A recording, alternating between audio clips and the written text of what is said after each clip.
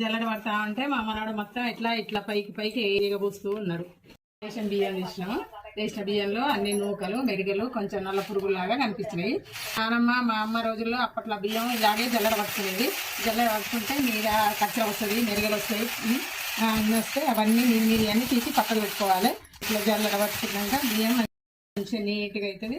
అన్నం కూడా పుల్లలు మంచిగా ఉంటుంది. బియ్యం అనుకున్నట్టు ఉంటుంది. ఈ అన్నం కూడా మంచిగా. ఇంటికి వచ్చిన నూకలన్నీ ఏం చేయాలంటే ఇప్పుడు ఇక ఆ రోజుల్లో నూకలన్నం వండుకొని చారు పచ్చిపులుసు చేసుకొని నైట్ ఉడుకు అన్నంలో తినేది.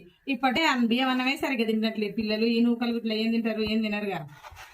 ఇప్పుడు నూకలకు ఉప్పు అది ఇది వస్తుంది కాబట్టి ఇవి అవి అట్లా ఇచ్చేస్తాం. ఇట్లా కొన్ని మంచిగా నీట్గా చేసి నీళ్ళలో పోసి కడిగి ఎండబోసుకొని పిండి పట్టించుకొచ్చుకుంటాం. లేదా ఈ మెరుగలు ఈ కచ్చరా బాగాలేని వస్తాయి కదా, పురుగులు ఉన్నాయి, మెరుగలు ఉన్నాయి, వచ్చినాయో తీసి మేము చిన్న కోడి పిల్లలను పెంచుకుంటాం. ఆ కోడి పిల్లలకి వేస్తాం.